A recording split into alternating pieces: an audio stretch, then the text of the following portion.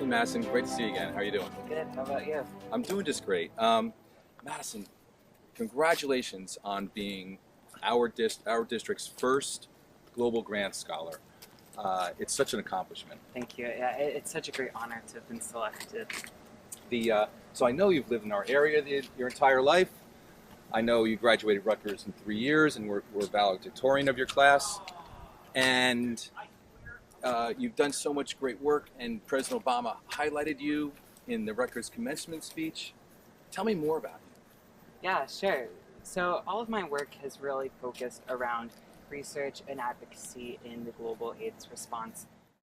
For many years, I ran a nonprofit organization called GlobeMed, which has a really exciting model in reframing the way that university students engage in global health. Most of my contributions, I think, has really been through research and really trying to put activism at the forefront of academic literature. So much of activism is thought of as just protests in the streets and just holding governments accountable, but I think that a way that we can really reshape it is by us putting activism in literature. In particular, one of the biggest projects that I've worked on in my time has been an evaluation of the U.S. government. In particular, the largest bilateral program for AIDS funding.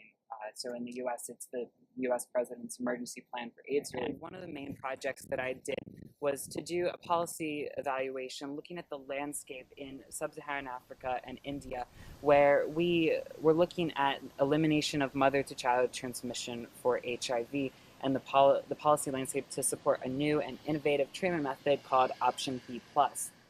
What's the work that needs to be done to end AIDS?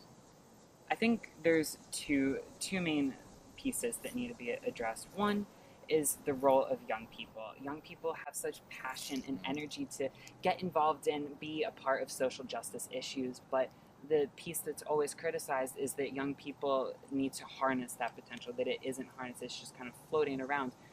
And the way that I've tried to work to address that has been my work in Australia, where I worked with the Melbourne Youth Force, which is an international coalition of young people from around the world working to create a unified youth advocacy agenda.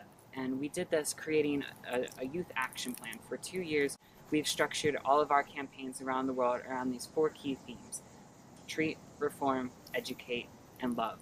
That we need to provide treatment without discrimination. We need to reform discriminatory and harsh trading policies. That we need comprehensive sex education, and most importantly, we need love. We need to end the stigma around HIV and reduce homophobia and transphobia. All of this together, we see a huge impact in putting youth at the center of the AIDS response, and this is so critical. If we do address AIDS now, we can see such a huge economic boom for the region. That said, though, if we don't address it, we can see a huge resurgence, not just in that region, but globally. Even here in the United States, we still have an epidemic where Black gay men have a 1 in 2 lifetime risk of contracting HIV. So AIDS is far from over in our country, and if we really want to end it globally, we need increased investments, and we need to reframe the way that we talk about HIV. It's not just a biological illness, it's the violation of human rights. And that we need to be looking at HIV in this political economy approach in order to really end the epidemic. We're not just looking at HIV specifically, we're looking at the factors that enable HIV to flourish, like violence and poor healthcare and poor housing.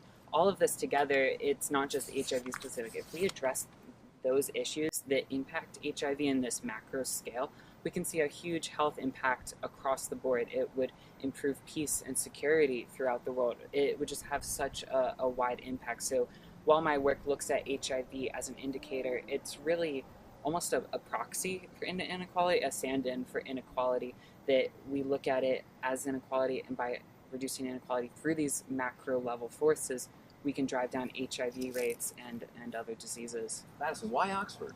When I first started looking at graduate school, I started thinking about doing a master's of public health, which is the field that I did my undergraduate in, but Rutgers is ranked 4th in the nation for public health, so I really had a premier graduate level, essentially, education in public health. And it's really important to be in a country like England, where the right to health is paramount to the government. It's so important to be in that environment, to frame that conversation, And that's what brought me to look at the UK. But Oxford specifically has such a unique approach at looking at policy. It's not just looking at the impact or the implications, but it's looking at the whole spectrum, from conceptualization and objective setting to how ideologies fit in. And that by looking at policy in this life cycle approach, we can see such new ideas come from it. And I think this will be so helpful as I work in my PhD to look at the impact of political structures on HIV risk for marginalized populations, and how we can work in this political economy approach to really end AIDS.